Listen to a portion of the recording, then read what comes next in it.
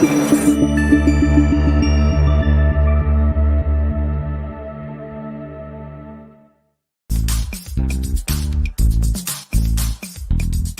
and gentlemen, welcome to Meanwhile Here on Earth. This program features in-depth conversations with the leading names in the subjects of UFOs, abductees, the paranormal, panel discussions, and the very best and brightest of the next generation of writers and researchers. Meanwhile Here on Earth, the show breaking new ground in alternative talk with your intrepid host, veteran investigative writer and researcher, Peter Robbins.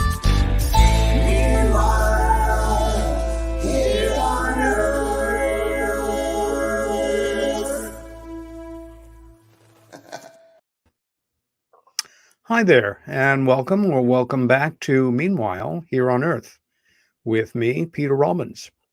You are listening, of course, on KGRA Digital Broadcasting, and you can watch this show live here at kgradb.com or on YouTube, and you can listen to it, that is, not watch it, once it's archived at Spreaker.com.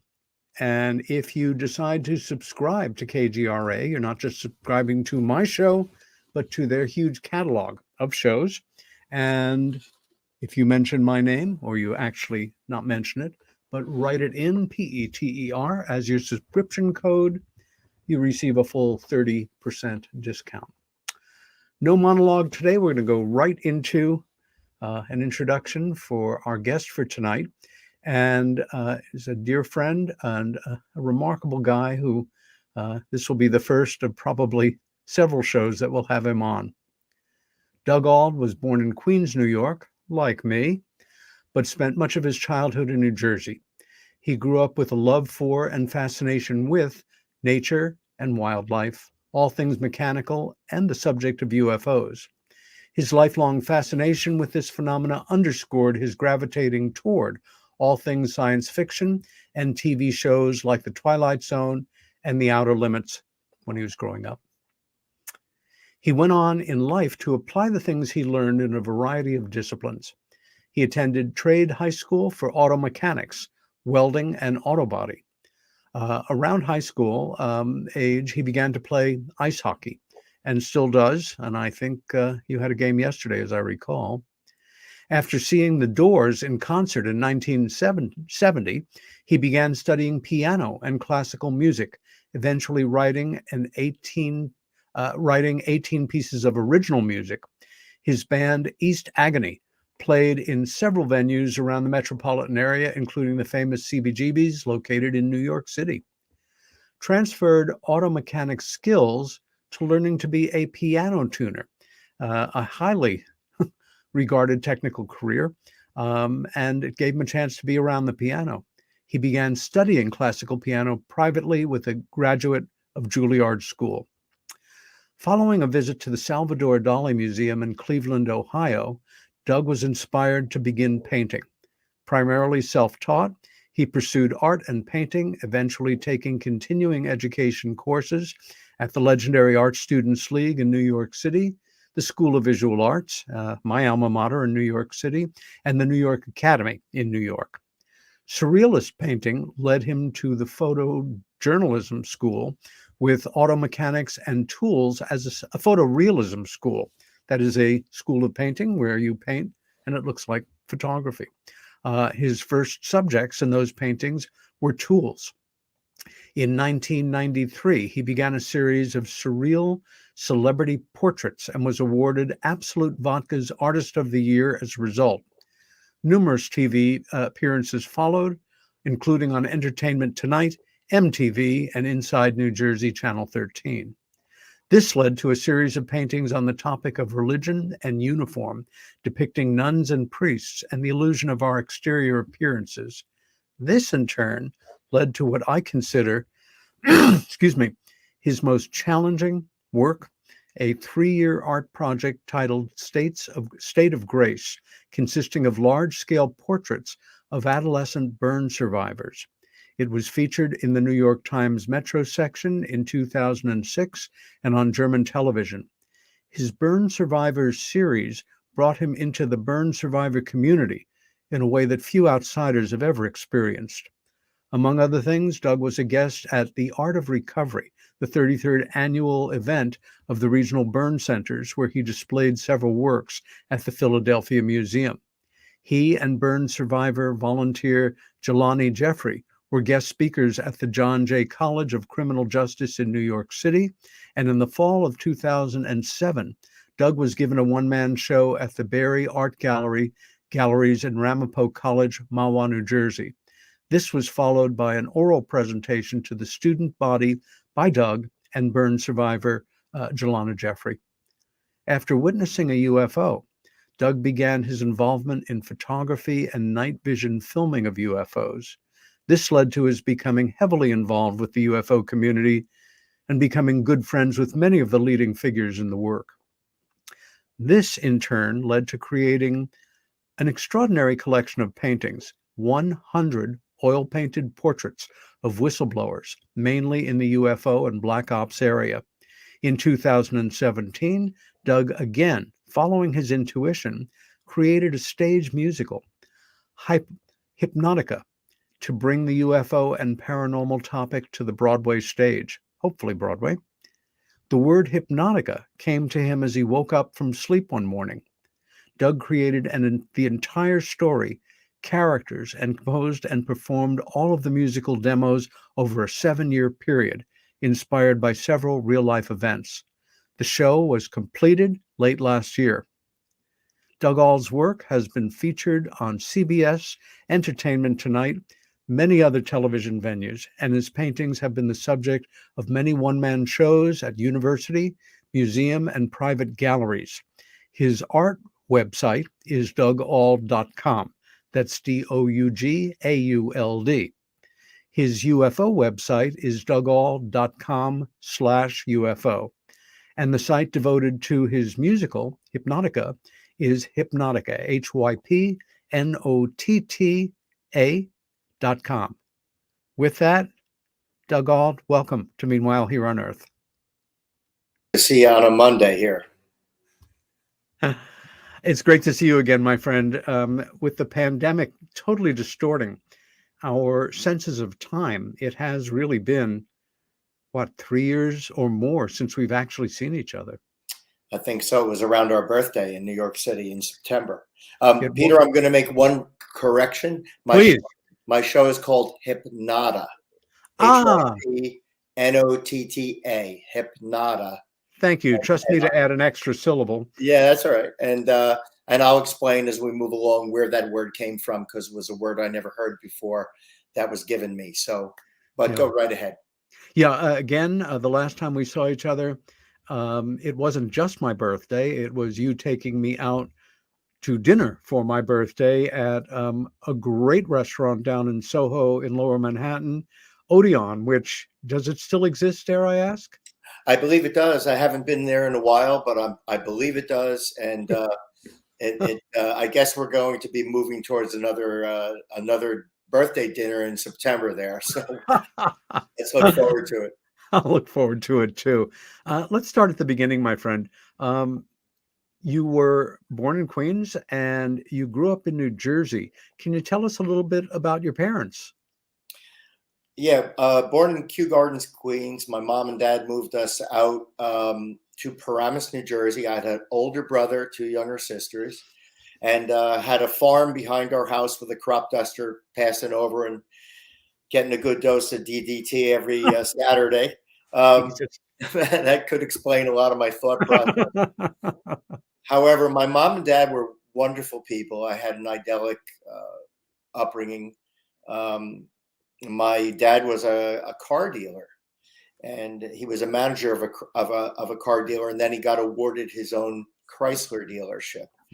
So he became a Chrysler dealer, and so we were a little spoiled in the neighborhood, seeing a new car in the driveway every week. Oh gosh, right.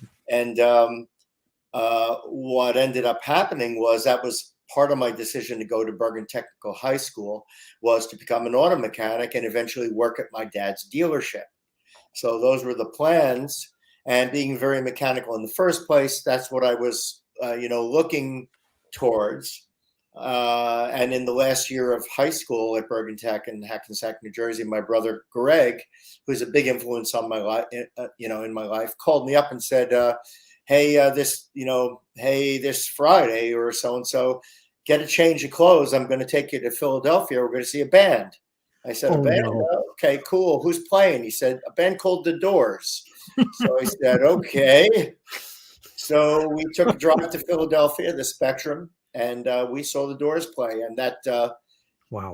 and that ended up being a thorn in my poor father's side, because I discovered a world blossomed in front of me. Yeah. Here I'm going to be an auto mechanic and work in a car dealership and possibly inherit a car dealership, which means I'm standing in a showroom from 9 a.m. till 9 p.m. And then I'm seeing Jim Morrison and the Doors living the life. And I'm like, wait a minute now. And Ray Manzarek at the keyboard. Yeah, and I met them. I met Ray. Oh, geez. Yeah. I didn't meet Jim. He had been passed away. But anyway, long story short, that was the turning point for my creativity, going from like this mechanical world, which I still love, and I still Yes. work on my own cars. But that's what then I problem solved that scenario and jumped over to piano tuning. But anyway, did you want to hear anything more about my family? Tell us a little about your mom. My mom was beyond such a gift that I didn't realize it because I was too much of a goofy kid. Often the case. But my mom was Douglas. Everything Douglas does is wonderful. And my father was the opposite. And this may explain a good balance. My father was, "Did you sell it?" That's all he would ever ask me. "Hey, Dad, I made a new painting, or I wrote a new song." He'd put the New York Times down with his pipe and he'd go, "Did you sell it?" And well, not yet. And the paper would go back up in front of his face. And so I never got approval from my father in that way. But my mother was just everything I did. And us kids did was wonderful and loving. And it was a really special time when you look back at the late 50s and early 60s. Doug, one question I routinely ask guests, in part because I am a devoted reader and because I love the world of film.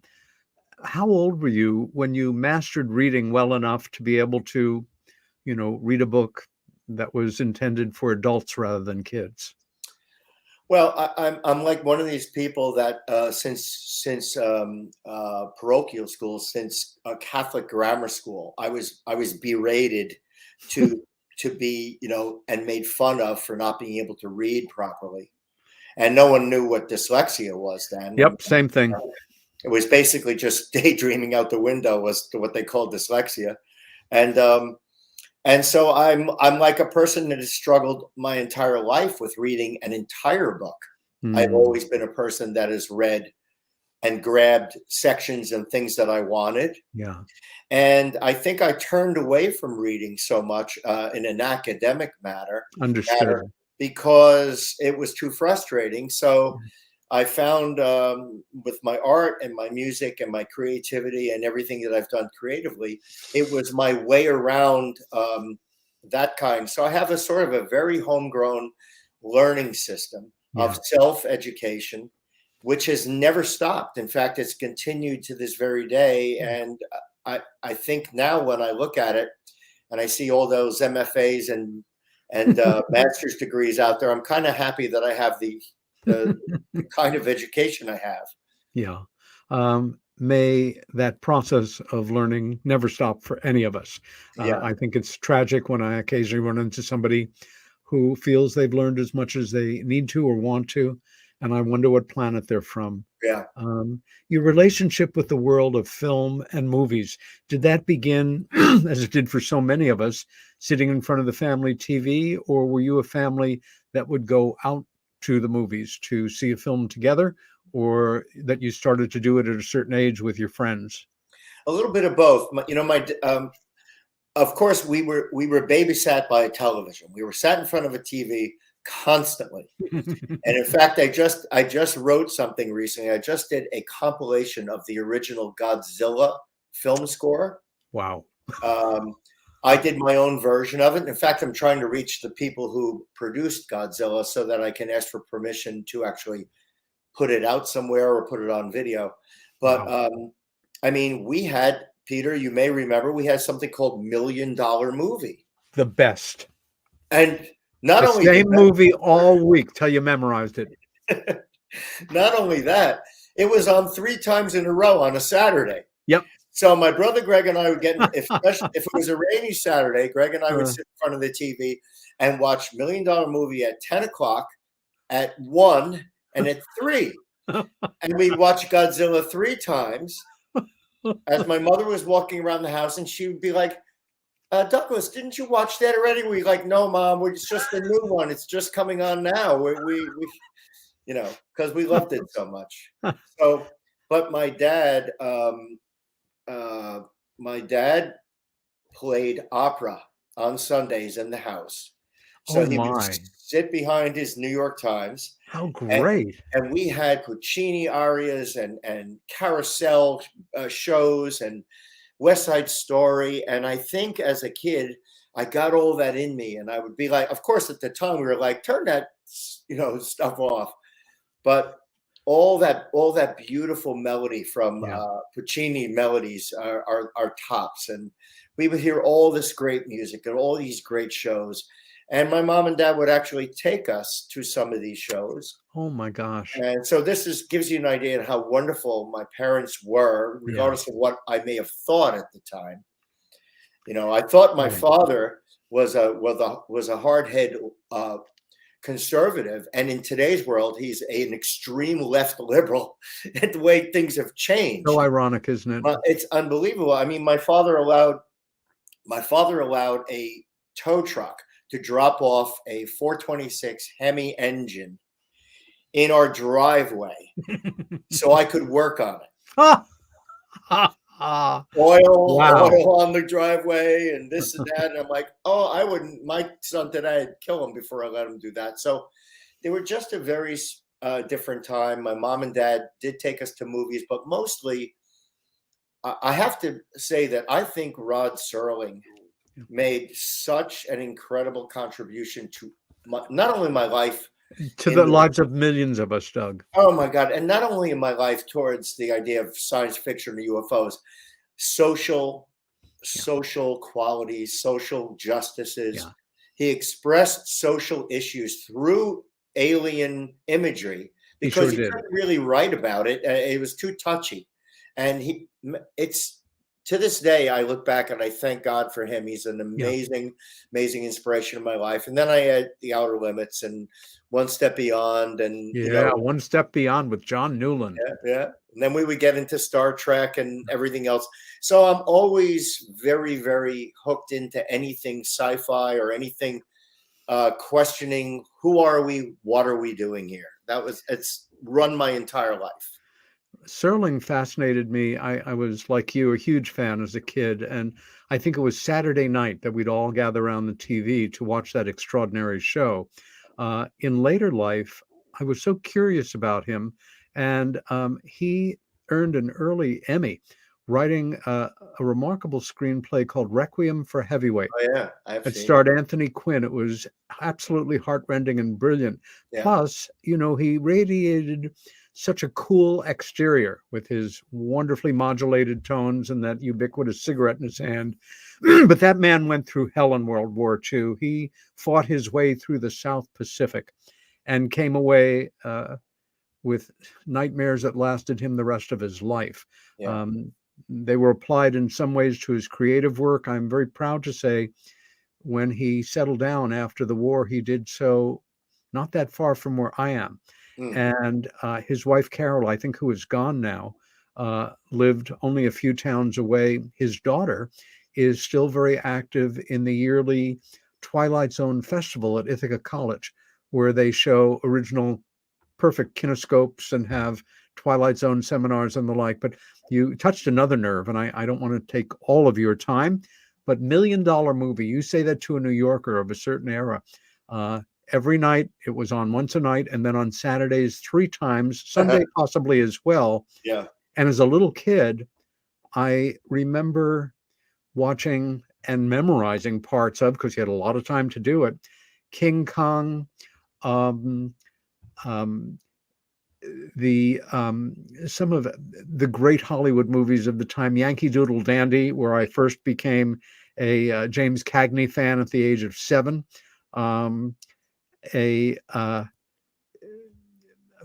Kipling stories, and it just immersive way for a young person to fall in love with films. Yeah.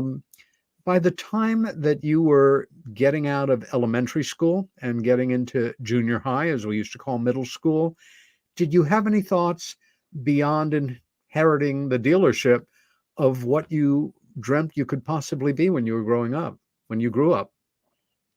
Yeah, that's a good question.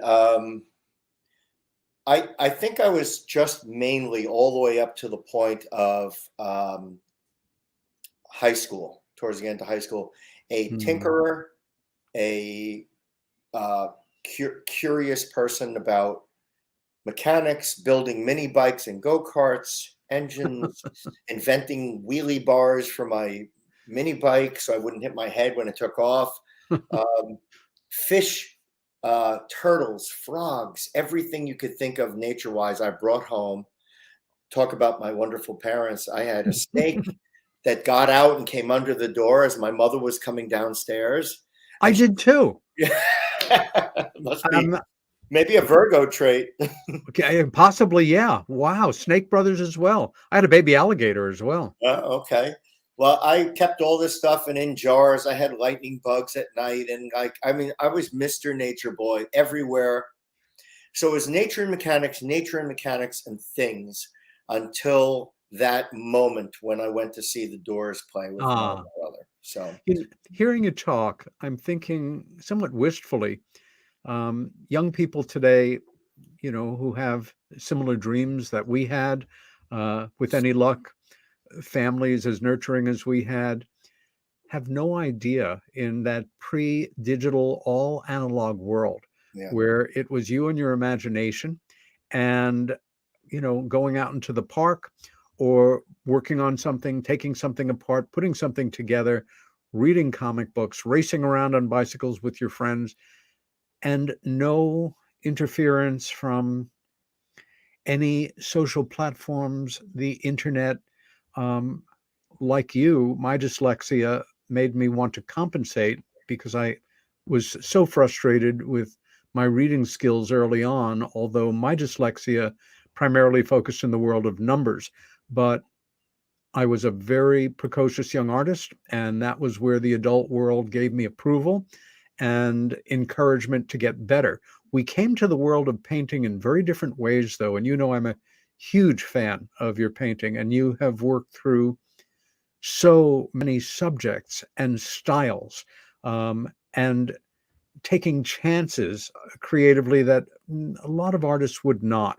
I studied art at university for 2 years, then graduated from the School of Visual Arts with a BFA, taught painting there until my career derailed late in my 20s when I became deeply involved in the world of UFO studies.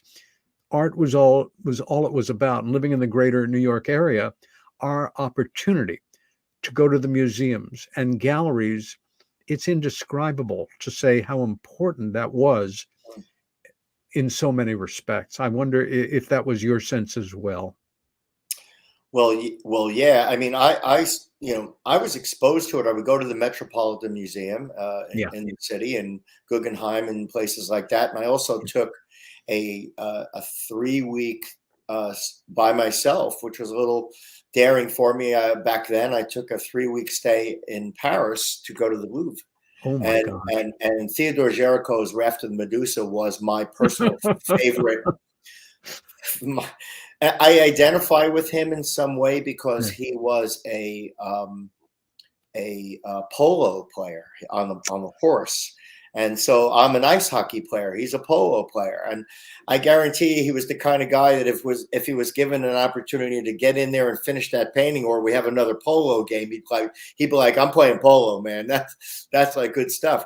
And so I studied all the art there, and I've always been a realist painter. I know that, it's all my approach to art is in a genre of representation, whether it's surrealism or realism or hyperrealism or painterly realism. It's still recognizable imagery rather than abstraction or anything else. And I think it ties to my mechanics. It ties to, and I was friends with Chuck Close, as I may have mentioned to you. Yes. Chuck and I would talk about the idea of doing a good job. Well, what do you mean by a good job? Well, how do we evaluate a good job?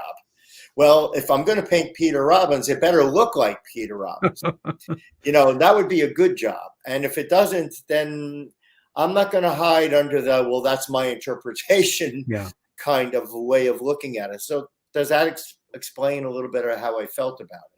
You mentioned Chuck Close, a painter who passed a few years ago, and I had tremendous admiration for anybody listening, not familiar with that name. Google Chuck Close, Close. When I was still in art school in the late 60s, he exploded on the New York art world with a series of huge, super realistic portraits of several of his friends, including a then rather unknown modern composer named Philip Glass, right, who I knew in passing because working construction work down in Soho as a carpenter. Phil was a plumber, and a very good one. Also, Richard Serra, the great Corten steel sculptor, who I later studied with. And his later work, and of course, he suffered a profound stroke that would have put a lot of people out of the painting business forever. He simply found ways to accommodate special rigged easels and wheelchairs, and just continued on to create this superb body of work. I'm rather envious that you knew him. Again, he was an artist I had great respect for. As you continued to develop as a painter, you came to a point where, again, you entered in, for me, one of the most wonderfully logical ways, based on your background, doing paintings of tools and automotive details. Establish yourself in a realm that you're comfortable and then move on from it. And right now I'd like to begin with, you have so many hundreds and hundreds of pieces of work.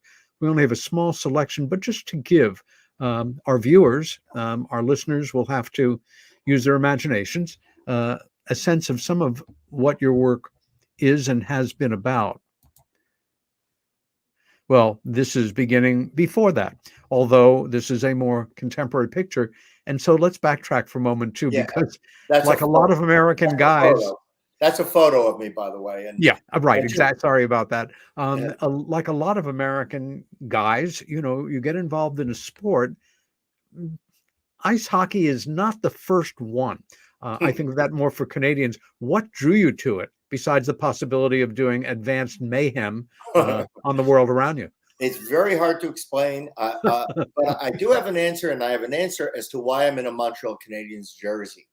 My father, when I was a young guy, said to me, he was watching a hockey game, and I never watched hockey. And he goes, "Doug, come here." I said, "All right." He goes, "You ever watch hockey?" I said, "No." He goes, "Sit here, sit next to me for a minute."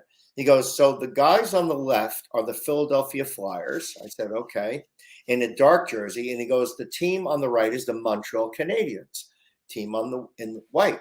And I said, "Okay." And I watched for a few minutes, and there was a nice hockey player named Guy Lafleur, who's very famous, probably one of the most famous names in Montreal Canadian history of ice hockey.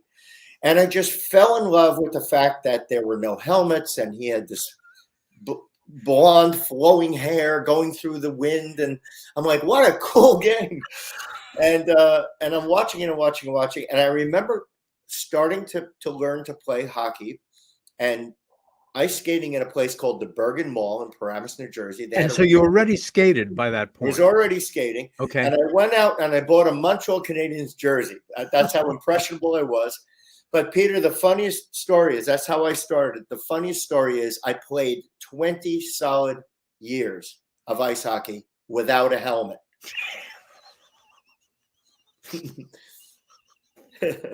I'm not saying anything. And kids, don't do what Doug did. No. Well, you could. They wouldn't even let you pull in the parking lot of a rink now without a helmet. Oh, It was just a different time. And yes, it was. mini bikes and go-karts, hitting curbs and going off curbs, skinning my nose, hitting my head on a wall, whatever it was. You cried, you went home, and mom wiped you off, and you kept going. So it was just a very different era. But that's what I put that in there, because that was me in the earlier days in one of my Montreal Canadiens outfits. I think it's great. I also think it's wonderful that you still play ice hockey. That is awesome, my friend. Thank you. And before we move into the world of painting, let me ask you a leading question. You grew up with a great love of science fiction, and again, some of our favorite television shows in that realm. When did your interest first turn to, or you become aware of, the very all too real subject of truly anomalous UFOs? Well, I guess I was watching things like Earth visits the fly. This Island Earth, the movie? No. Oh. Earth versus the flying saucers. Oh, another great 1956. Okay. One of my favorites. Then there was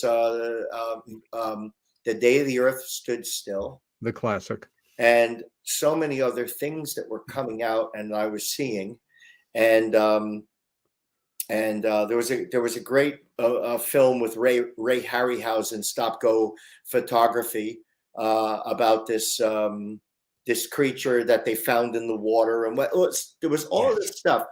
But something I never mentioned to you. Stop action. Yeah, just great stuff. Claymation, claymation, stop action. My brother had a UFO.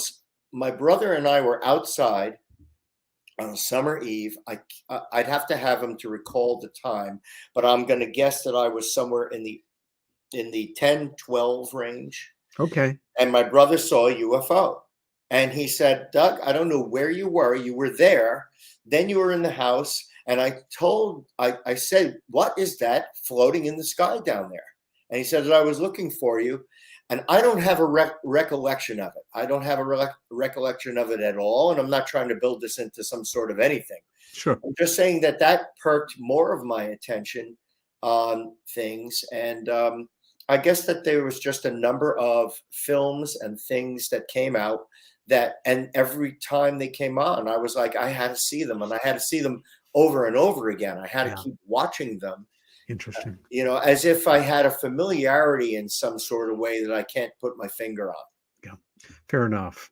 Okay, we are now going to segue into some of your paintings. And we're going to begin with one that a lot of people at first look, if they didn't know otherwise, would not assume was a painting. The school of photorealism per se kicked in about 1970 or so. It was a major movement in the modern art world at the time, and obviously very different from realism per se. It was about literally mastering the photographic image.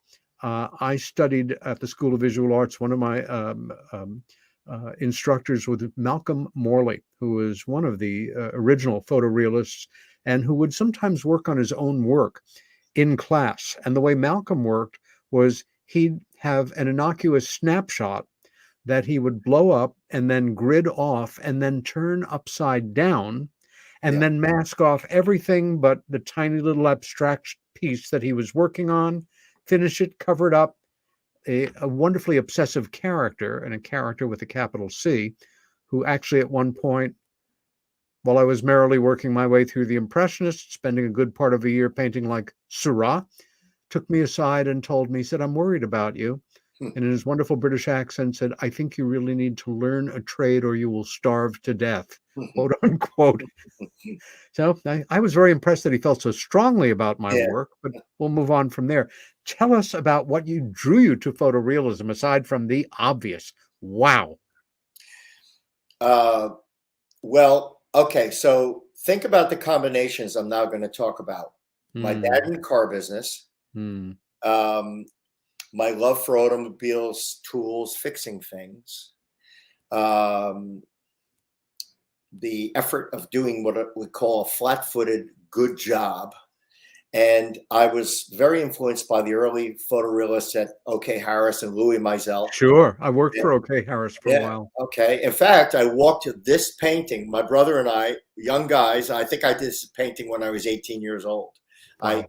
I walked into OK Harris and Showed it to Ivan Karp. I walked in and I saw him in his office and I had it in my hand and I walked in. He goes, excuse me, young man. I'm busy. Don't you knock? And I said, oh, I'm sorry, Mr. Karp. I saw you sitting here and I thought I would just walk in and show you this. And he gave me a little like tongue lashing, but then he said, what do you have there? And I said, this is my latest painting. And he looked at it and he said, young man, that's first rate. He said, first rate. He said, he's a tough son of a gun. He said, bring me 10 more of them and I'll give you a show. Holy moly. Okay. So I said, thank you, sir, so much, and left. Okay. And of course, here's where I was at the time. 10 more of them? Are you out of your mind? I don't even want to paint another one. That drive of having mastered something and wanting to move on is a double-edged sword. Ivan, for listeners, was a legendary art dealer. He 10 years before was the kind of Guy Friday for the most powerful, best known, and most successful art dealer in America at the time, Leo Castelli. Yes. A charming gentleman who I used to work for, taking down the old work, putting up the new work in his downtown gallery. And Ivan was the guy who discovered, so to say, Roy Lichtenstein and Andy Warhol and 1960 and 61 and brought them into the Castelli stable. So to have that kind of adventure with him and know if I wanted to pursue this, I could. That's a feather in your cap, my brother. Yeah.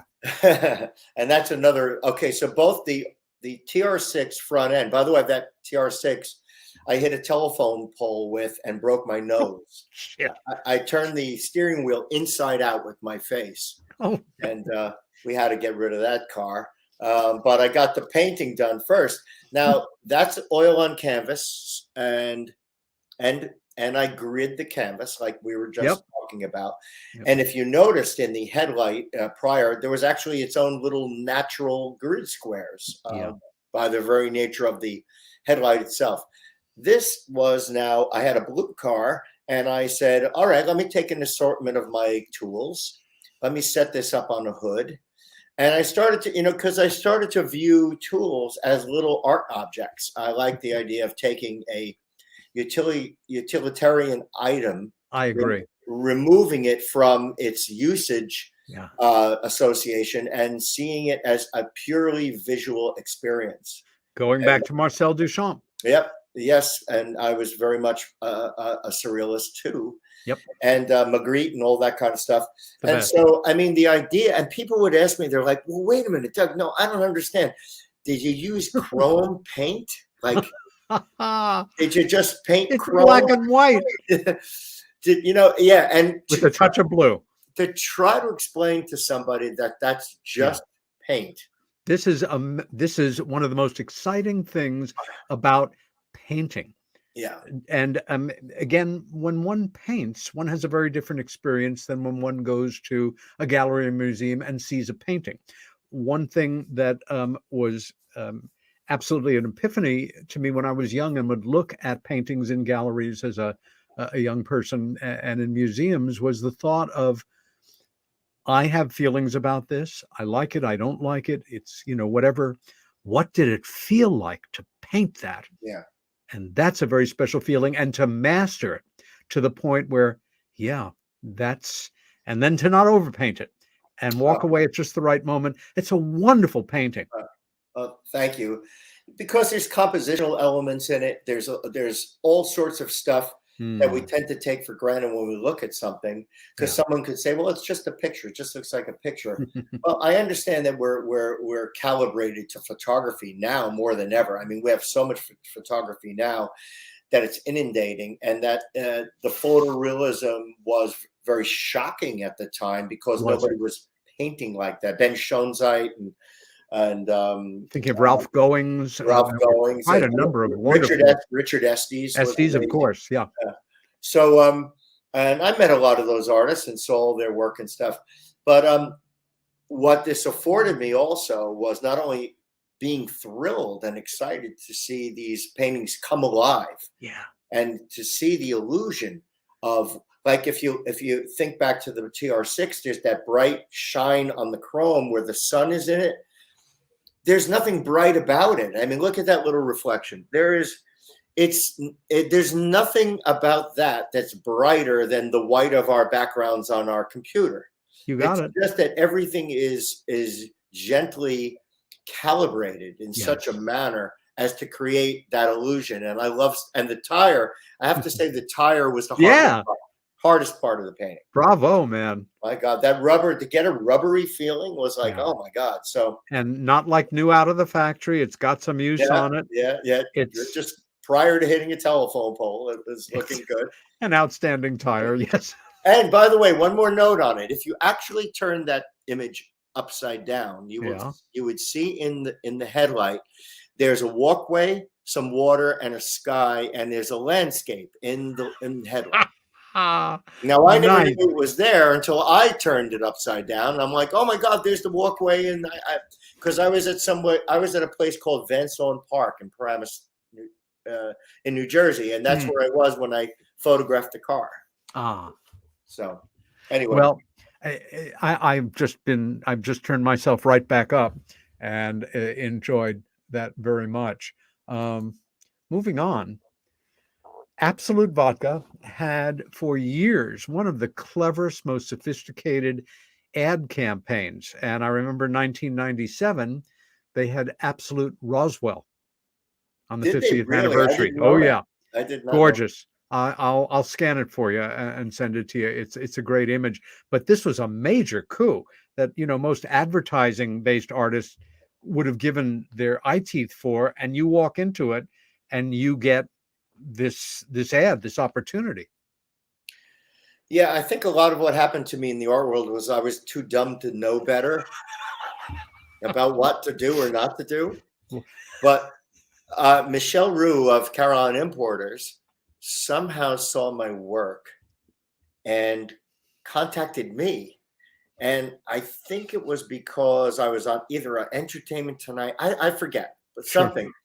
Now, I had painted a portrait of Marlon Brando out of honeybees in my surreal collection, which all can be seen on my DougAuld.com website. Doug and do visit Doug's websites. I'll give those URLs again at the end of the show. So, but anyway, and that was a fanatical painting. I mean, okay, now let's go back to Chuck Close. Grid squares. Well, what was a natural grid? A honeycomb. I thought, well, a honeycomb is a great natural grid. And what would be good mark-making statements about calibration, color, dark light, and so and so. So the empty cell was my dark item, or the shadows of the bees. The honeycomb itself had a little bit of a higher calibration value. And then the bees, depending on how they were adjusting themselves, whether they're going you spell it out. Would spell it out, and then one was leaving the scene, and that was like the whole idea of one. And you could see Absolute in a glass, and then to the right is the little shot glass on the right side of the. It's so original, and again, one of the best things that can happen to an artist is not knowing what you're not supposed to do and doing it, and sometimes it works shockingly well. Moving on. A very different type of painting, and more than it appears to be at first glance. I have to credit LSD early in my life with a little bit of this, because Amen. I did have an experience with hallucinogenics, and I was not a party drug guy in any way, shape, or form. Sure. But in my last year of high school, I did 3 of the most amazing hallucinogenics back then: Strawberry Fields, Orange Sunshine, and Purple Haze. Yep. And all 3 of them, after I finished those trips, and I did them, I tended to do them by myself. Mm-hmm. Stare in a mirror, create a wolf, all sorts of crazy stuff. And I was never really a pot guy or any other kind of drug guy in my life. I never. It was a teacher. It was an absolute guiding spirit. And what I realized is that everything, absolutely everything, is vibrating with life, from steel, metal, bricks. I remember staring at bricks in my house and seeing the molecules recreating each other to create the brick. I know that sounds out there, but it works its way into my art because I'm thinking of this. And I love the idea of timing and synchronicity. And we think about this every day in our lives. Peter, you get up, you walk out the door, and if you were 1 minute earlier walking out the door, you're hit by a car. Everything is about that intersection of moments and arcs in people's lives. So I'll take a selection of fish. I'll make these orange ones coming from the top right, crossing down to the left, bottom left. I've got the blue tangs doing crossing their own down thing. to the right. Yeah, and then I got the black fish and like a little fish in the background. I got hammerheads up in the forehead. Yeah. I got that little rockfish on the bottom that's yellow, the clownfish on the left that's orange. And the idea is that only at a certain moment of time, and only from this point of view, will this happen. It's a portrait. It's a portrait of Marilyn Monroe. It's a portrait of Marilyn Monroe. Oh. And you blur your eyes, and the further away you get from it, if you know the image of Marilyn Monroe, then you know there it is. I love it. And I did 15 or 18 of these surreal portraits. Jack Nicholson in penguins. I did Orson Welles in fish. I did Einstein in microorganisms, where Einstein in that painting, it's a 40 by 50 canvas. But what I was proposing was Einstein's portrait could show up on the head of a pin. That's how small it would be. Because all the microbes are doing what they're doing, and it's all scaled in proportion to our world. What we think is small is actually large to something else, or so on. As you're speaking, I'm thinking of that extraordinary series of paintings that Chuck Close did toward the end of his life, of thousands of circles, each one a bit different, with its own little life, and all together. A very readable and very sophisticated large portrait. It's just so exciting for me to hear you speak, to a degree, hear my own voice echoing at moments when I came through discoveries as a visual artist, and to see how varied your work is. And with that, before we go on to the next, you did a series, I think it's 100, oil paint portraits of whistleblowers, primarily in the world of UFOs, black ops, but other ones, for example, like a Karen Silkwood, murdered by Kerr McGee, going to a meeting with a New York Times reporter and trying to out them for their nuclear exposure of employees. And one of them that you've allowed us to see here, which I'm going to show next, is a portrait of a good friend of both of ours, and a very good friend in the world of serious UFO studies, but you are allowing us to see the portrait at 3 different stages of development. Look over your shoulder, in a sense, and watch as it happens. Okay, right. So Stephen Bassett, who you're referring to, these were 9 by 12. So I did 100 portraits of various whistleblowers in all different categories. And again, all of these are listed on my website in the whistleblower category. You just scroll down and you go, every genre of my work is on that website. Yeah. So I would take, all right, I'll tell you the process. I would take the 9x12 canvas. I would tape it to a board. I would take paper towel, turpentine, and paint. And I would 1, 2, 3, get rid of the white. Because the first thing I want to do is get rid of all white, because white is a calibration issue. And so I get rid of the white. And then I would take another cleaner paper towel and I would rub out highlights. So I would get a blurry kind of ghost image. And John Singer Sargent talked a lot about, one of my favorite painters, talked about the idea of bringing something out of the fog. One of the greatest American painters and portraitists of all time. Unbelievable. And I learned a lot from him. And he would talk about, like, all right, so imagine it's a foggy day and your friend in a bright red jacket with a blue hat is half a mile away and he's walking up the street. All right. At some point, you're going to notice that somebody is walking up the street, but it's all going to be gray, right, blackish and white. Now, as he's coming out of the fog, a red coat is going to become more defined. A blue hat is going to be more defined. And if he gets close enough, his body language and eventually his features will tell you, hey, that's Joe, my friend down, from so-and-so.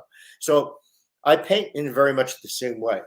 The painting of Stephen, I think we lost it here, but Peter, if you bring it back up, it'll come right back. Okay. Yeah. Okay. So I would take the paper towel and then I would rub out some sections, and I very much paint the way a sculptor sculpts. If you had a block of marble, and you were going to make a head and shoulders, this crudest part of it would be the shoulders and then the square head. And then once you have that block, you can chip away at it. So I would never really finish anything. I would just get generalities. And my system in this particular series of work was very corrective. I would cut into it and I would correct and I would throw away what I don't want. Yep. So there wasn't like a lot of accurate. People go, oh, you must be a wonderful draftsman. I'm really not. I just have a way of knowing. I'll follow angles and lines for the eyes, lines for the eyebrows, notice aberrations and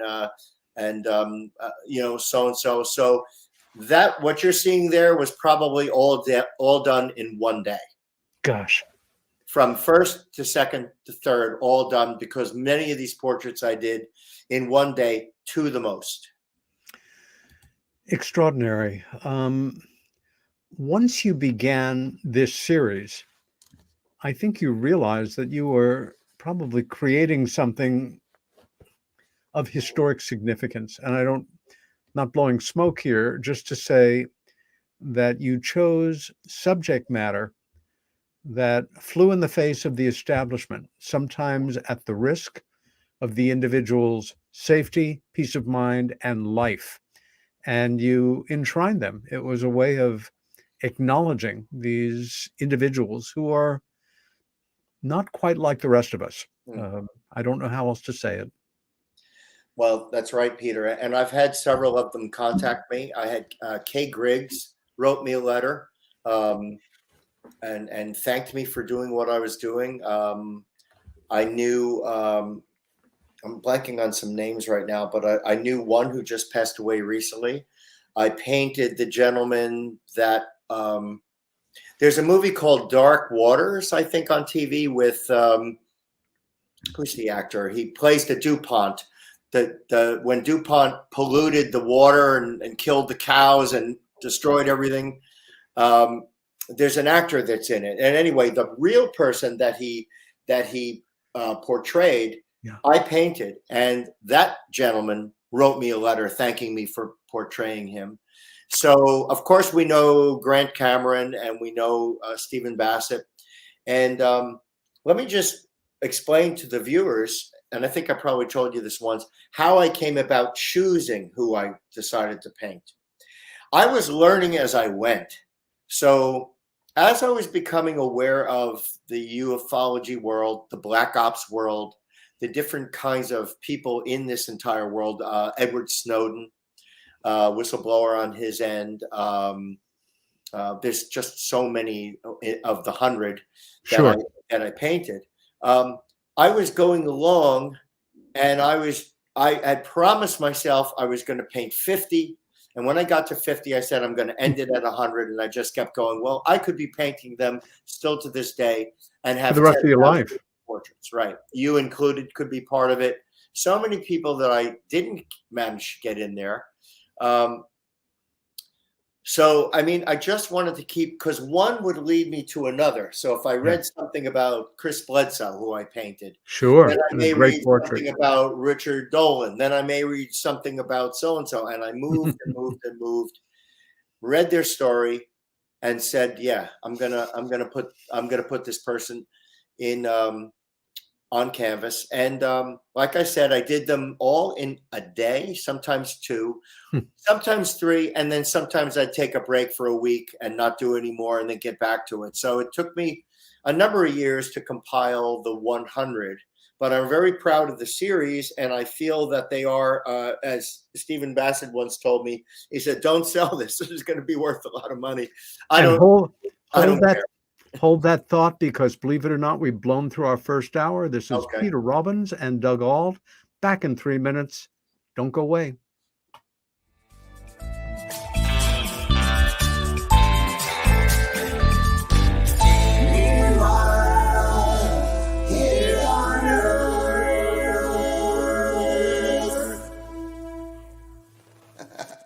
Hey members, the new KGRA-DB app is now available on iOS and Android devices. Gain on-demand access to any KGRA-DB programming. Download any show directly to your mobile device to listen or watch on the go. Go to the App Store and search KGRA-DB.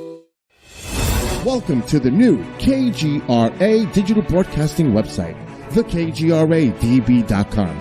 Here you'll find great new content, including the KGRA Classics, great shows from our archives. You'll be able to see the show times and information so you can see what show is currently on air. The on-air live button, so just go to this section and you'll be able to hear the show live with exceptional sound quality. We also have the Vault section. Make sure to subscribe to get access to great content and special features. We have the make content for our latest news and events, so make sure to sign up and you can be part of our forum. So make sure to check out the new KGRA digital broadcasting website, thekgradb.com. We look forward to seeing you there, and we hope that you enjoy the new website.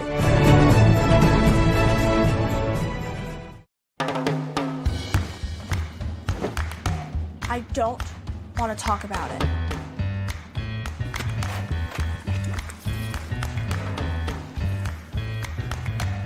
I don't want to talk about it.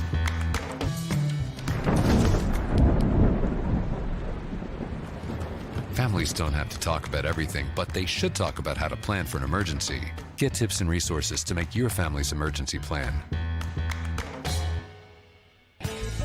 Discover the Observation Deck, a one-of-a-kind virtual event platform that takes video conferencing to the next level by using avatars to navigate a campus. There's so many areas and activities to choose from. There's a 1,000-seat auditorium, an expo hall, a nightclub, and even a beach. So come attend a conference, take a class, or hear a lecture on the incredible Observation Deck campus. Go to theobservationdk.com.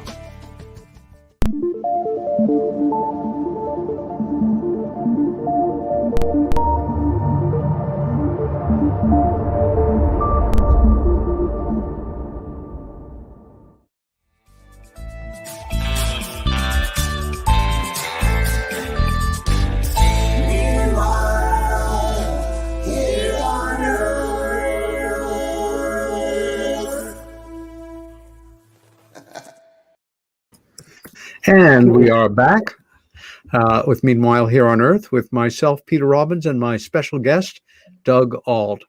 Doug, we left off talking about the whistleblower portraits. You've created 100 of them. And surely, as not working a day job, to put it mildly, there is a temptation, dare I say it, to sell your artwork, as many artists have done for millennium. I think it's it's a gift to future viewers, especially at a time to come when we pass through the eye of that needle and the world is in a post-disclosure mode. We know we're not alone, that there will come a time that these, hopefully, I'd like to see them ultimately housed in the Smithsonian or an equally prestigious institution, that we will all get to see them together rather than, I'm sure some of these people said, I'd really like to buy that painting from you, or that it's self-contained, and that's wonderful. I think the strength in the series, and I made a determination to make it 100 portraits as one singular work. Yeah. So that's what I've done. I've had offers to sell a couple of them individually, but I won't do it. I want to save the work. I do believe that has some significance as a collection of 100, and so I'm sitting on them until the time is right. Exactly. We're now going to transition, and I don't want to over dramatize this, but what you're about to see will be disturbing to some people. At a certain point in your life, we're all aware that going through a fire and suffering burn injuries is probably one of the most horrific kind of things that a human being has to live with. And these people, some of them are so disfigured that they simply are not out among us. It would be too painful for many people to see them, and too painful for some of the victims to be seen. At a certain point, you did something, though, and for me, I'm driven in life by an understanding that truth can be beauty, even if it's a very dark beauty.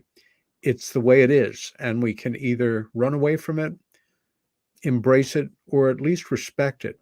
At a certain point, what made you, drew your awareness first to these extraordinary people that had survived these horrible kinds of injuries and, with their own dignity, moved on to continue their life either privately or in the public realm? All right. Well, I'll give you the genesis of how this began. I was about 17 years old, and I drove up to a place called Tice's Farm in Montville, New Jersey, to buy coffee, and it was a beautiful Sunday afternoon, maybe towards the fall. And I was up there and was ready to pay for my coffee and donuts, and I noticed a commotion in the it was like a big tent, sort of at the end. And if like a celebrity is coming, like everybody is standing and turning around and walking back, but then pointing and turning again. Well, this is going on. And I'm like, I wonder who is coming. I wonder who's walking towards me. I was ready to check out. And I finally see, as it moves closer to me, a woman with a child. And I'm assuming, as probably anyone would, that that's the mother of the child, mother and daughter. And she had long curly hair in her face. And when she got right up close to me, about 3 or 4 feet away, and she turned and her hair came out of her face, her entire face was melted. There was no nose. There were no ears. She was just a candle of drip, and a little mouth and little eyes peering out from these slits. And I went, and I didn't know what to say because I had never been confronted with anything like that. And I'm always very personable, and I wanted to say hello or how are you? I didn't. And she looked at me, I looked at her, and it felt like it was 10 minutes. It was probably only 3 seconds. And I turned and she turned, and I paid for my coffee and I walked away. And I remember taking a deep breath and sitting in my car and going, oh my God. So hold that thought. Fast forward, I'm in the island, off Belize mainland, an island called Key Calker. And I'm in a bar restaurant, and I see a severely burned guy sitting there. This time now, I'm like, this is years later, and I'm like, wow. And I introduced myself to him, and we just started talking, this and that, and so on. And I don't think I said much more about anything. And now, hold those 2 events. And all the while I'm thinking of, the Twilight Zone and how Rod Serling brought up the fact of our illusion and everything's tying together, and this and that. And Hunchback of Notre Dame made a very big impression on me as a kid. Watching Another $1 things million movie special. yeah. So, what happened was 9/11 happened. I'm here in Hoboken, New Jersey, and I'm having coffee on my rollerblades down near the water, and and someone comes out of the coffee shop and says, "Hey, I heard a plane hit the World Trade Center," and I went, "What?" And I grabbed my coffee and rollerblades, and I rollerbladed down to the water's edge, and sure enough, Jesus, the wind is blowing, away from us south toward Brooklyn, exactly, and I'm due east. Right. It's the clearest day I've ever seen in my life. Most beautiful day in the history of New York. Couldn't have been nicer. I think so. And I see a gaping hole, and everyone is like, "What the heck is that?" And I'm looking, and I'm down near like this area of this field where everyone hangs out. And I'm like, well, I remember talking to somebody and saying, well, that can't be like an accident. I mean, it's like, how could a plane hit the building in this clear weather? And then I remember this. Now, listen to this, Peter. I remember going, oh, look. I said, it looks like a rescue plane is coming. Oh, my God. Because I remember, this is the best of my recollection, I remember a grayish plane. I do not remember a white passenger plane. I remember like one of those gray military planes. That's what I thought I saw. That's why, and the way I know that is because that's why I remember saying, "Hey, a rescue plane is coming into the area." What a strange thought. But yes, I hear you. It goes down behind the buildings because it's south for me, and then all of a sudden you see the big explosion. Well, people are crying. Somebody's going, God damn it, he's hitting the ground. We're under attack. We're under attack. So we're kind of putting together what's happening. And I stayed the rest of the day. I watched the two buildings fall from across the water. And I rolled home on my rollerblades somewhere late afternoon, laid on my bed, stared at the ceiling fan, and just remember saying, what are you doing with your life? Your skills, what are you doing? What are you doing with everything? So you've got to do something that takes this game up a notch. Got it. And when I made that promise to myself, the little girl from the coffee shop and donut shop when I was a kid, that memory came back to me, and that decided it for me. And I said, okay. I said, I get the message. That's what I'm going to do. I'm going to paint burn survivors. Wow. And the reason why I wanted to do this was I wanted to, again, and if you look through all my work from my religion and uniform paintings that we'll get to and so on, they all have to do with the illusion of our exterior. That we are not a body. We're actually a spirit. I believe this more today than ever. Yeah. In fact, we're not a body. We live in a body. We're not a body having a spiritual experience. We're a spirit having a physical experience. It's the other way around. Yes. Our home is a spiritual world. This is my thoughts. I'm not imposing it on anybody. So when I made that decision, now hockey comes into it because I play hockey with cops and firemen. My friend Brian Green, who's the fire chief, is playing hockey with me, and I skated up to him and I said, Brian, where would I find burn survivors? Wow. And he goes, well, what for? I said, I got this idea, an art project. And he gave me the name of a Kathy Conlon at St. Barnabas Burn Center. I wrote her a letter. It took a little while because I think at first they were taken back, like, who is this nut? Yeah, right. Some purian crazy person.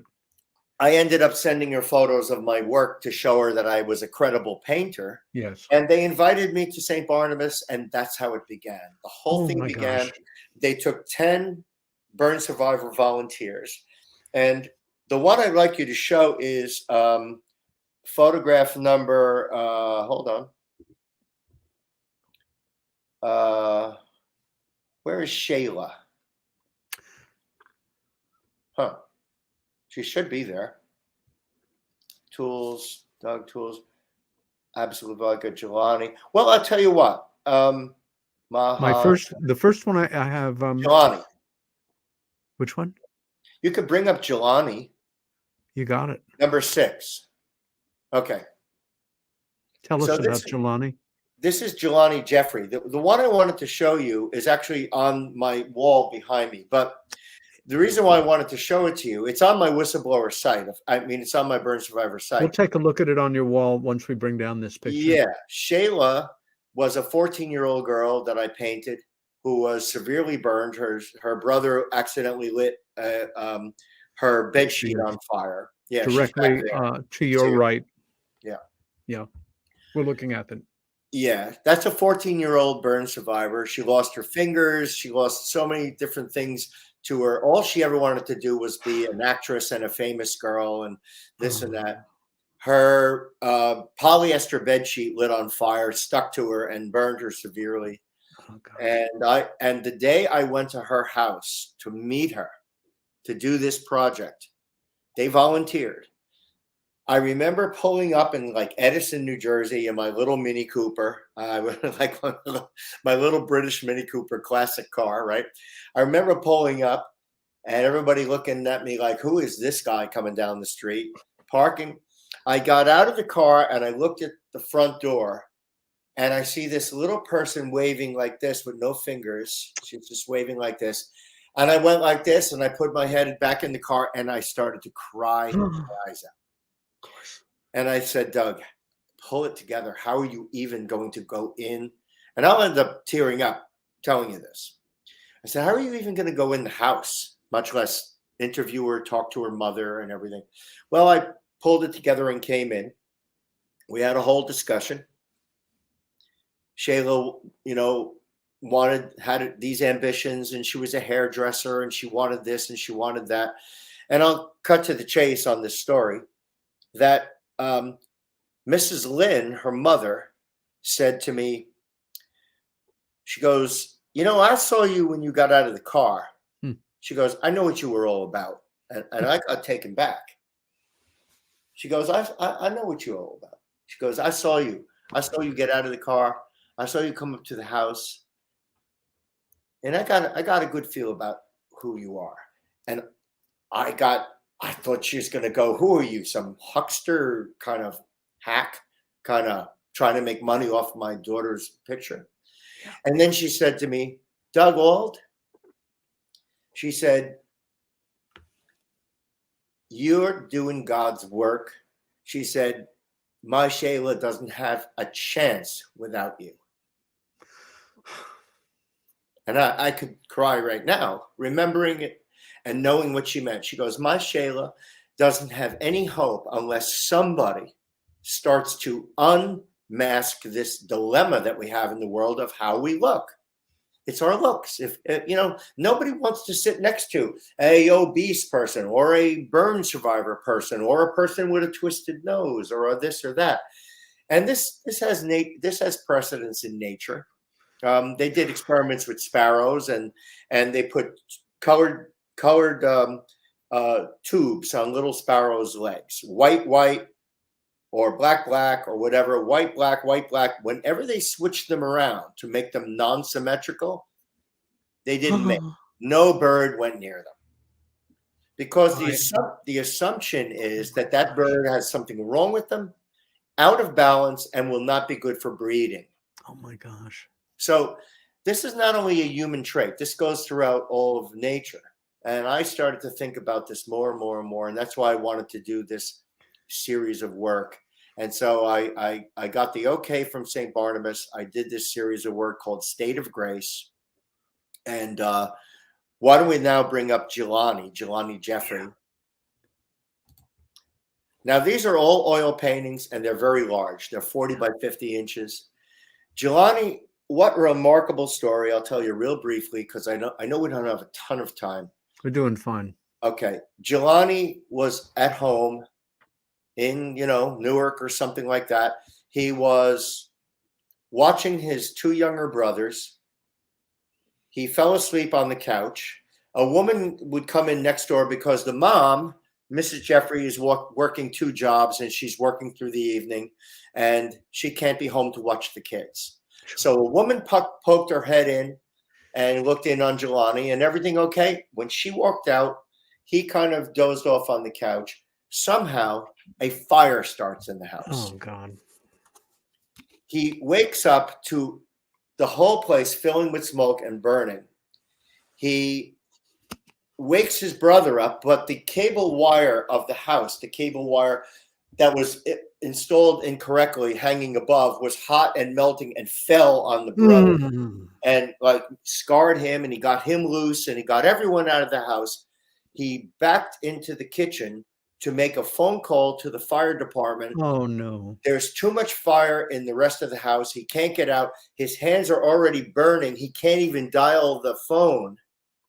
He makes the phone call, and he jumps out the window on fire or melting like this, and he breaks both his legs from a 2 or 3 story fall and survives.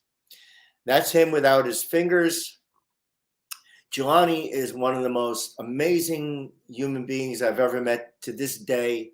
I'm friends with him. We've spoken together. In fact, I'm being reminded now to give him a call again soon. And he sells real estate, and he does this, and he speaks, and he does all sorts of stuff.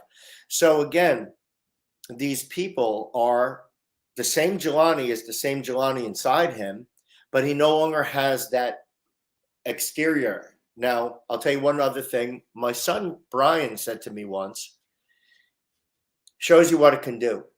Art, how art can do things. My son was on the PATH train and going into the city, and there were a bunch of people sitting around, and one guy was sitting by himself at the end of the PATH train, and he had a little hand sticking out of his shoulder. He had no arm, and had one of those little hands.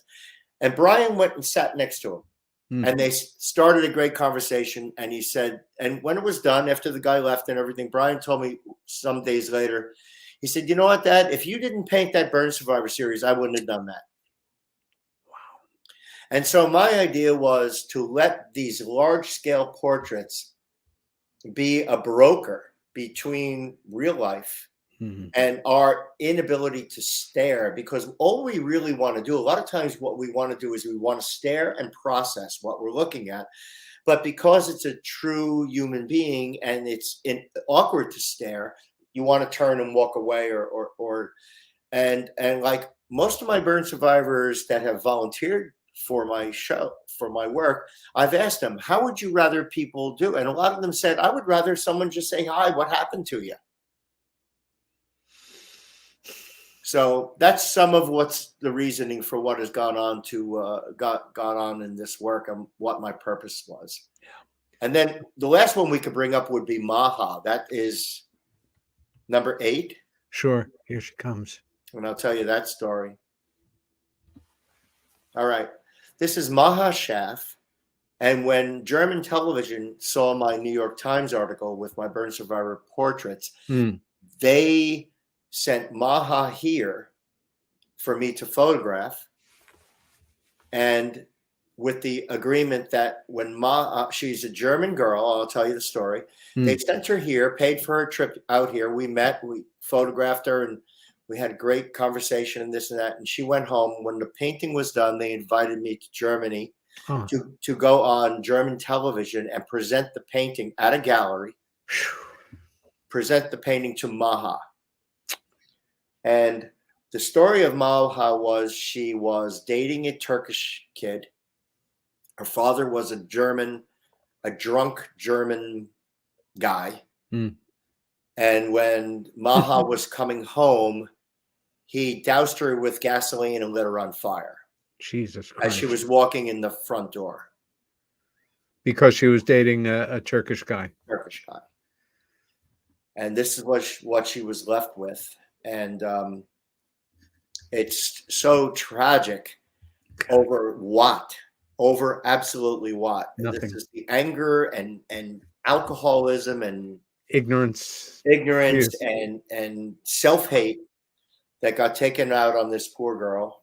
And so again, this painting is part of my series, and it's designed to, the galleries, Peter, the art galleries pretty much avoid me. They always have, and I'm not going to totally blame them, Yeah. because I'm not the most compliant participator in the art world. I don't really enjoy a lot of what goes on. I don't want to have to go to the shows and Sure. play pretend.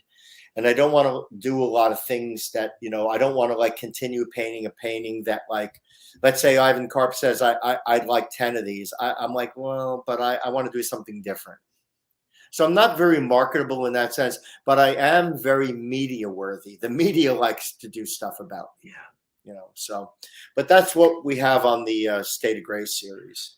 I'm going to bring up, before I show the New York Times article, the portrait that you did of J.R. Martinez. Yes. Okay. I met J.R. This painting is the largest of the burn survivor portraits that I did. It's over 60 inches tall. Wow. And it's called Back from Iraq. Oh, and God. J.R. was a serviceman in Iraq that was caught in an IED,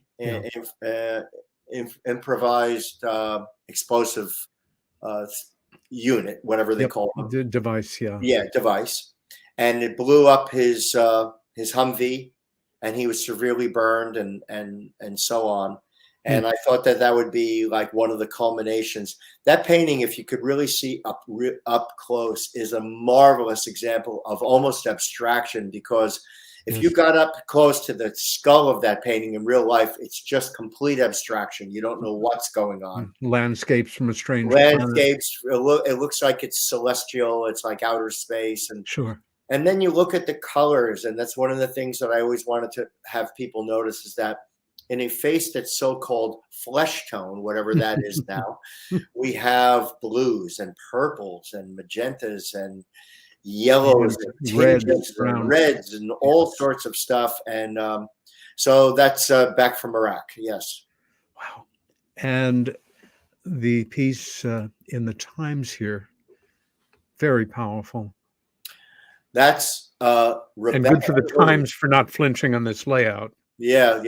Andy Newman came and did that article and photographed those two sisters.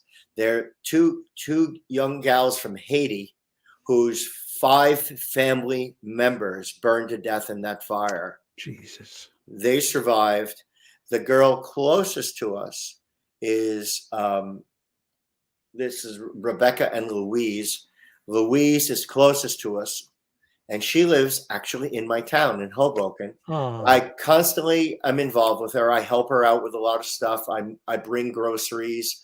I fix things in her house. I put her air conditioner in and out. And she calls me her earth angel. I'm the one who's on the scene for her. Both of these young gals, severely burned, both of these young gals have PhDs.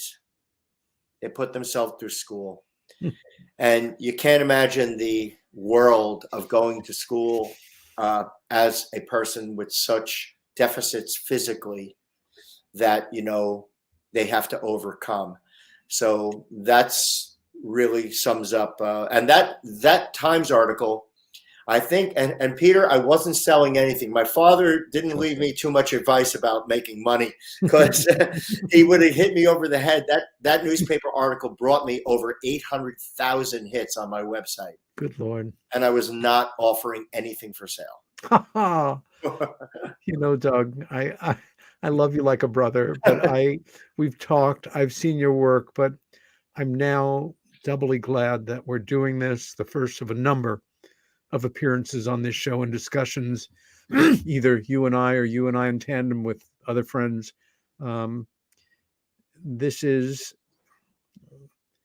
It's really special. And you just used a phrase. It's a catchphrase. It's like white light. You can't imagine. Well, you and I happen to have particularly good imaginations. Yeah. But forget about it. I can't imagine. What I can do is have some appreciation for the depth of my inability to imagine. And from there comes this combination of awe, respect, that moment where you look back at yourself and you think, the world of what I thought a moment ago of my problems is now kind of an embarrassing existential joke. I'm doing just fine. Thank Yeah. you very much. And I like to think, because of the way I was brought up, um, we're not just here to take up space. We should be of service to those around us, our community, other people, our families, and go out of our way to leave this world a little better than we found it. You, Doug Auld, are leaving it considerably more than a little better in the way that you are living your life and creating this work. And again, the thing about being an artist, and some people are artists who never paint a picture and they draw, or drawing. They live their lives in a certain way. And I think it's hard for somebody that's not involved to understand that boredom for an artist, for a creative personality, it's the equivalent of what pain is to bring your attention to an injury. I also was not terribly marketable because I got bored. I would change my mind. I would become interested in something else and know that, no, you can't count on me to deliver 20 canvases in this manner and build a reputation. And in the formal major grown-up art world, this guy's going to be an earner because you can look at his work. It's identifiable. It's, you don't look at an Andy Warhol or, well, to a lesser degree, to a Roy Lichtenstein, say. You're looking at a Roy Lichtenstein. Yeah. And Roy took on that role. I know from knowing him slightly, it wasn't always the most exciting thing to do, but he was making more money than God, and he couldn't walk away from it. And the fame, etc. But to shift gears in sometimes a joyously irreverent way, we have this. Let's talk about this 16th century being. That's so amusing to me because that was like this. No wonder why I don't have an art dealer. It's like that's one of those things that I painted out of my imagination. Yeah. Because I was thinking to myself once with my obsession with ufology and the ET presence and, looking back into history, were they around the Anunnaki? Were they around for the pyramids and this and that? I said, well, imagine they were around in like this time of Rembrandt and Velasquez and, whatever. And like, so that was my way of dating the comment. To say that, they're like, I mean, look at the, whatever you call this thing around his neck and like the black outfit is like, immediately puts you to that time frame. Nobody wears that today. And so, although maybe I'll bring it back, I don't know. But I mean, so that was just a comment on, they've been with us. They have to have been with us. It's great fun too. It is.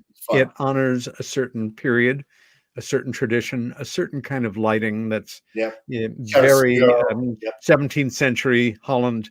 And it's also a lot of fun and a little bit of a poke in the eye with a sharp stick for those people who find it irreverent. At one point, some years ago, I had a chance, I made it my business to go through your gallery of whistleblowers for the first time. And I kind of played a game with myself, which was, I recognize this person, I know about this person, who is this face? And then reading up and finding out. And one of the more fun, poignant aspects is occasionally, when it was appropriate, possible, you would pose with your subject with the finished work, which again, we're talking about something the size of an album cover. And here's one of a somewhat well-known individual in the work. Oh, yeah. So that's when I met Linda in New York City. And I think that was the gentleman that you said was his name Bill last night, you mentioned in an email. Yes. I think he was with me eventually with me when we went out to dinner. And and that, I painted Linda as part of this series without a doubt. And the only thing that I got wrong at the time was, and she corrected me, was she says, Doug, you got to give me blue eyes. And I said, you know what? I think I will. But you know what? Once the painting was done, it's very hard for me to go back into a painting. I mean, listen, this is what it is. So, maybe, Linda, you got to wear brown contacts or something. That's what it is. But I really like the portrait, and Yeah, and I do too. I think Linda liked it also. Yeah. Yeah. And here is a compilation. Yeah, that's just And like for, what, 36 of them? for some of us, we can go right through and name a lot of those people right off the bat. For me, I'm fortunate enough to have had or have a number of those people as friends or friendly acquaintances over the years, and it's great to see them together here, even in reduced size. Yeah. Now, Yep. um, I think it's a repetition of the fish painting. Let me just double check here. Yeah. No, Well, it's a different one. it's a different one. Now, this is the Let's portrait I talk did. about this one. Yeah. When I was invited by MTV, invited me to go on their Museum of Unnatural History tour. For a lot of people that country. know the world of pop music and already some of your story and its turning points, we already see whose face this is. Yes, Jim Morrison of the Doors, and I absolutely love this painting for a number of reasons, other than it being Jim Morrison and just nature. I always love that nature provides me the perfect piece to stick somewhere, like that flounder for his chin. It's just so perfect. I mean, that just makes up the type of lighting that I needed on his chin. And I love the great white shark on the bottom right that signifies sort of self-destruction. Yeah. Yeah. Sadly, Yeah. ending up in a cemetery in Paris at the age of 27. 27 years old, and yet beautiful and colorful and alive, and like, so, it's the pieces of the puzzle that are all synchronizing at the right time. I think the original idea that I got for all these kinds of things was staring at a light bulb as a kid and watching the mosquitoes and flies fly around it. And I remember daydreaming, freeze framing it. And sooner or later, a portrait or a face or a thing would show up. And I used to do that as an imagination. You had mentioned earlier that you've always only been interested in capturing the representational world, not the abstract or non-objective schools of painting. And yet sometimes reality can have its own non-objective quality. You did a painting called The Vision. Yes. Can you tell us a bit about this? Okay, this is a true life paranormal event that happened to me.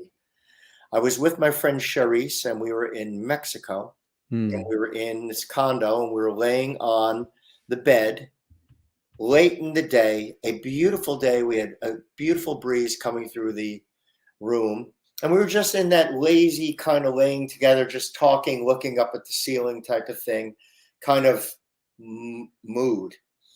And I closed my eyes, and I noticed every time I closed my eyes, almost like a movie starting, almost like a picture.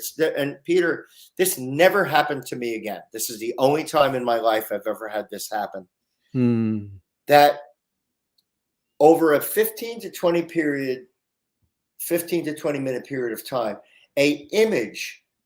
an apparition started to get brighter and brighter and brighter. And I'm looking at it, and I'm like, I said, Charisse, and I could like talk to her. I could say, Charisse, I'm seeing something in my head with my eyes closed. I'm seeing this, what I called an angular flower or an angular rose, something about that, and it's glowing, and there's infinity. I mean, millions upon millions. I couldn't even begin to count, of breathing dots coming in and out and in and out. And the entire scene is breathing. She's like, you're kidding me. What are you? And we kept talking about it. And I said, it's getting brighter. And I would open my eyes, it would be gone. And I'd close my eyes, and there it is again. And it increased and increased and increased to a height, and then slowly backed away. And we talked about it, and I discussed it. And I said, when I get home, I'm going to try as best I can to make some sort of representation of what I saw. And that's what I came up with. Wow. The creative mind is ever looking for new ways to entertain itself on a certain level and try something out. Or none of us are above a good pun. and sometimes to make something that is a representation, whatever it is. In the case we're about to show, an extraordinarily historic, tragic moment in American history, but with the punning aspect. Those of us that are old enough to remember the assassination of John Kennedy or have seen some of the important images around that time either remember or know that picture of the law officer who Lee Harvey Oswald was handcuffed to when he was shot dead in the walkway below the the Dallas police building, and that look of shock on his face at the moment that that bullet is entering Oswald. And the title of this painting is The Serial Killer. And even though Ruby wasn't a serial killer, can you tell us why? And not to laugh at a very serious moment, but I am laughing. Well, why is this the serial killer? It should be somewhat humorous. The serial killer meaning cereal, cereal, not, it's the food cereal, not the word cereal that we're accustomed to it. And it's Trix cereal. And I created this image because, number one, I saw that absolutely happen live in front of my eyes. Yes, I watched it. I was like, holy crow, Greg, Mom, I think my brother was sitting next to me, and we were all in shock about it. And then I started to, like, time later, I started to really think about the fact that with all the violence and everything that we see on TV, we eat this stuff up. This is our sugar. This is our, we can't get enough of it. We can't consume, almost in an Andy Warholish type of manner and thought of advertising and consumption and repetition. How many times they showed it over and over and over again. And I thought to myself, if I could language this image in Trix cereal, again, borrowing from the Chuck Close idea of a grid and a mark making system. And so a mark making system going back to mosaics, when we had Greek and Roman mosaics. Yes. And I mean, Chuck put his images together by little grid squares of what he would call dumb marks or abstract marks. Yes. Well, I had to take Trix cereal and take the values offered me from the darkest purple up to the brightest yellow. And there's a bunch of values in there, as yellows, and then the greenish ones, and orange, then deeper red than orange. And they all came out a little different. Their sizes were a little different. Sure. And I used silicone bathroom caulking. That was the question. Okay. Okay. And dot by dot by dot, I would stick a Trix on. So I must have had about 10 boxes of Trix. I'm sure I ate a whole box or two myself when I was doing this. Suffering for your art. Totally suffering and ruining my digestive system for my art. That was an offbeat. And again, Peter, getting back to what you said, and I so identify with what you said about the art world. I'm not going to do another Trix cereal. I mean, I don't want a dealer saying, Doug, JB, we could use 10 Trix cereal paintings and we could really sell them and you're going to do great. Now, what I ended up doing with that piece is I bartered somebody who saw it, loved it, and I bartered a trip to Santa Fe, New Mexico, and stay at their house, expenses paid for that painting, and I brought it out to them, painting creation. Brilliant. And I've always called that a work in progress because it's decomposing as we speak about it. So. Before we move on, we had a guest several months ago, another dear friend, as remarkable as you in his own way. Gus Russo, among his accomplishments, is one of the most respected researchers, writers, and authors on the Kennedy brothers and the John Kennedy's assassination.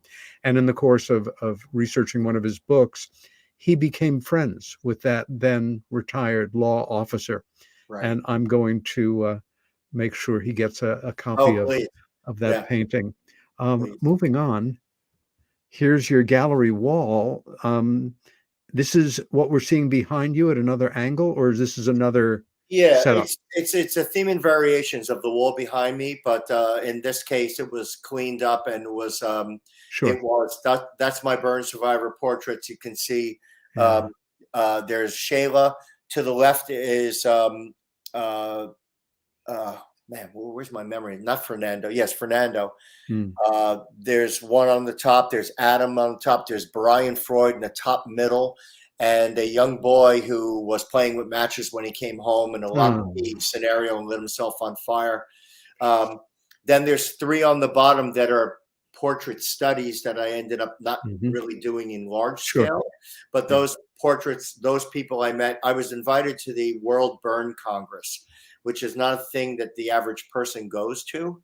And I met a lot of different burn survivors, photographed them, got to know them. And, you know, and listen, Peter, I am absolutely sure that in that crowd of those people, there are some people that did not want to receive me well, did not know what I'm doing there.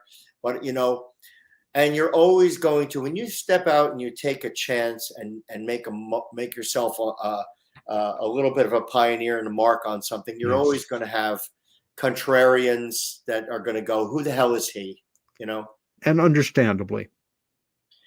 But for art, for the time that art is never really appreciated in its day. It can't really, in fact, I heard the term that art cannot be appreciated for 50 years. It has to really be absorbed in, because you have to decide whether it's fad, whether it's this, whether it's that. And a lot of times you can't tell if it's fad unless you grow through a 25-year period and you look back and you go, you know, then the wheat and the chaff get kind of separated. Yeah. We're shifting gears now, and this is a photo of you with 2 of your good friends, well known to many of us in the field of UFO studies.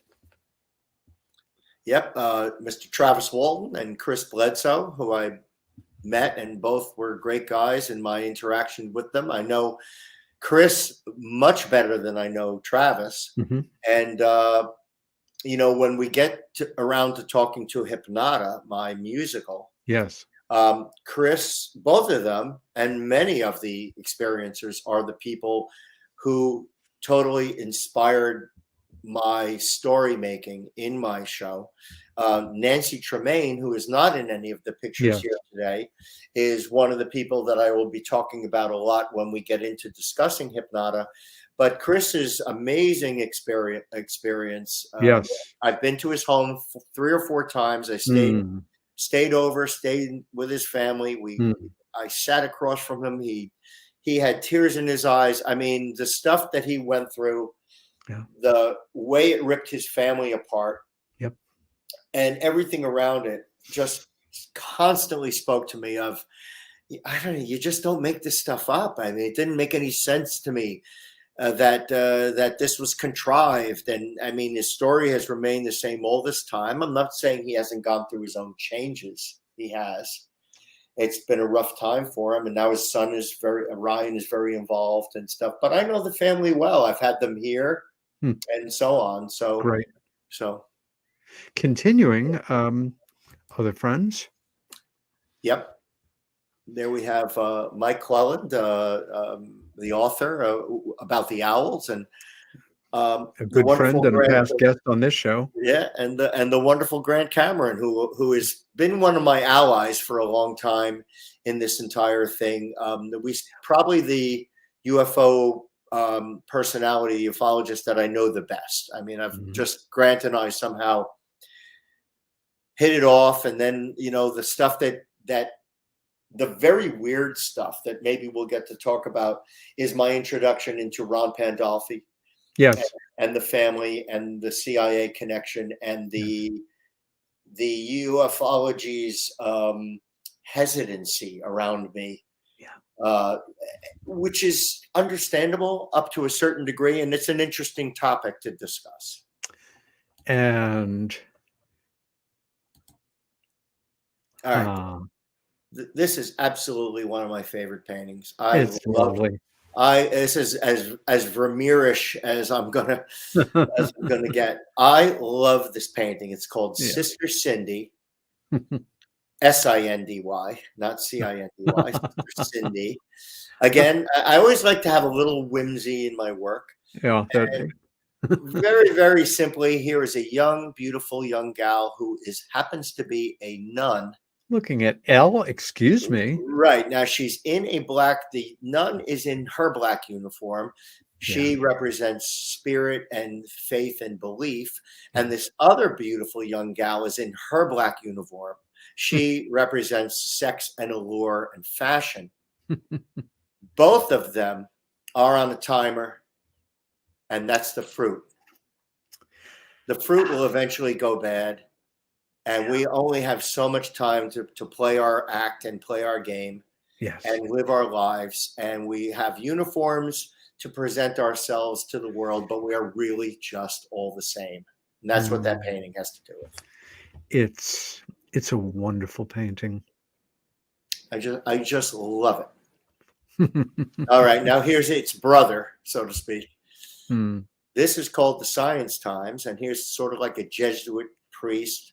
Now he's a little bit of a rough and tumble guy. He's got boxing gloves in the back on the wall. Yep, looking right at us. Looking right at us. He smokes cigarettes. He's got a shot glass there, right? He's got a shot glass there. The matches say E equals MC squared on the book of the matches, which happened to be a real book of matches that I had at the time. And I was like, Perfect. Oh, wow. And is he smoking Cools? He's smoking Cools. Jeez. He's got an alien keychain on his keys, which I had at the time. His books and his wisdom and his hat and his learning are behind the key to the painting, which is he is willing to read the Science Times, which says what else works out there, basically, on the cover. So this is a comment. This is a whole bunch of jarring impulses of religion and science and outer space and alien life and who are we and what are we doing here? The questions that I ask myself every morning and night, nonstop. And then this ends up tying into HYPNOTTA and, my work. But this is a marvelous. I love this painting, and I painted it from life. I did not paint this from Oh, cool. I had this young guy, a friend of mine at the time, come and sit for me. And he had a little, outfit with a collar, and he would sit for me. And then, of course, would paint the rest of it while he wasn't there. Sure. Moving on. Well. Here's from my earlier surrealistic scenes from much earlier. This is called Similar Extremes, and quite simply saying, look how these shapes all match up, but look how opposite their qualities are. Hot sun, cold moon, hot sky, cold sky, wet ocean, dry sand. Yet all those shapes just meet in the middle. And talk about life in two worlds.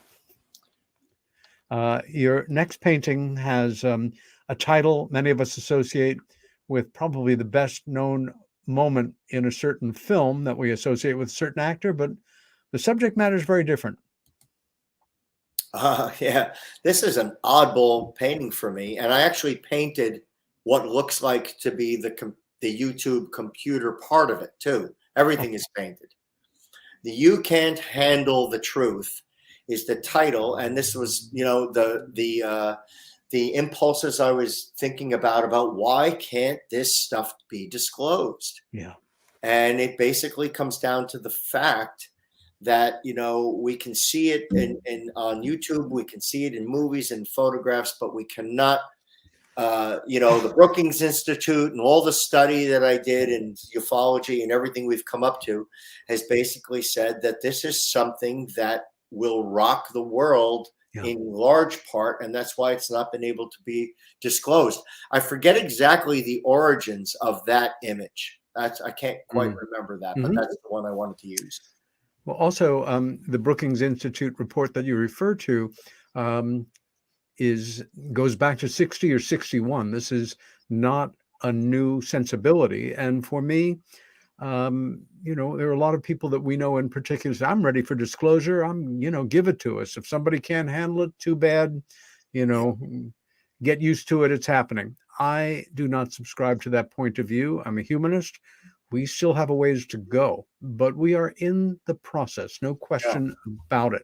Interesting. And our final image for now, again, harking back to, some of our favorite surrealists, and I'm thinking of Gregory Chiaro, is it? De Chirico. Yeah, there you go. De Chirico, and there's Yves Tanguy and De Chirico and all these surrealists. With a nod to, of course, Dali and the other great surrealists who, for many of us, captivated our imaginations first when we were young. Was this a fairly early one in your surrealist painting? Yeah, unfortunately, when I sent you these photographs, I had to redo them. When I redid them, I didn't put them in the order that would have made a little more sense. But it's all good. This painting is embodied my very, very young war with, am I going to be a musician or a painter? And so the piano and the notes are battling the paint and the brushes. And it's a tug of war, and one's going to get pulled off the cliff and go all the way down, and the notes are coming over the bar there back on the right, and they're going to attack, and the brushes are throwing the paint, and it's just kind of like a almost childlike idea, and the piano has got like a dog when you're trying to So that's called the battle of art and music. And that was what I was struggling with. It's great. And, in a way, I'm glad that this particular broadcast is coming into its final few minutes as it is. I would much rather begin our next broadcast, which I'm going to say later this spring. You're going to be back here, and we're going to pick up with this remarkable ability you have almost to morph in terms of form. I know a lot of fine painters, a lot of great musicians, a lot of wonderful composers. I've been very lucky like that in my life. Wonderful writers, sculptors, but I don't know many people who master one form. And I will include mechanics and hockey and piano tuning, and just decide, I'm going to move on and I'm going to learn another form. I don't know. Well, I take that back. I know very few people who have ventured into the world of writing a full-length Broadway-type musical, and no one who has had the guts, imagination, and whatever else goes with it to do one about the UFO reality. So in the brief minute and a half or so that we have left, I'm going to give you about 40 seconds, and I'm going to take about 40 seconds to tie this up. Your thoughts in closing this particular episode of Meanwhile Here on Earth, Doug. Great, Peter, and it's been great. Thank you for having me on. I think that I have moved to a point where I don't want to make material things anymore. I want things that exist in the ozone, in the ether, in the atmosphere. Music is probably, for all of us, the best example of something that so passionately moves us all. I can think of a song from the 1960s and remember the gal I was dating much better than I can look at a painting in the Met and remember who I was with at the time. There's something about the vibration of music, which is the quality of all our lives. We're all vibrational. So HYPNOTTA, a word given me while I woke up in the middle of the night, was, and I tell people this when they go to my site, HYPNOTTA.com, this show was downloaded to me. It is beyond my pay grade. I do not know how I created it.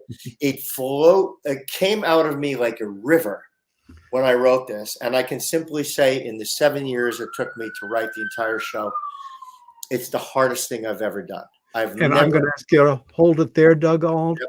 Thank you so much for being a guest. You can visit Doug's art website, Doug Auld, DOUGAULD.com, his UFO-related site, DougAuld.com/UFO, and HYPNOTTA, HYPNOTTA.com. This is Peter Robbins. This has been Meanwhile Here on Earth. If you've enjoyed the show, tell your friends, stay well, fight for what you believe in, and be kind to each other. We'll see you next week.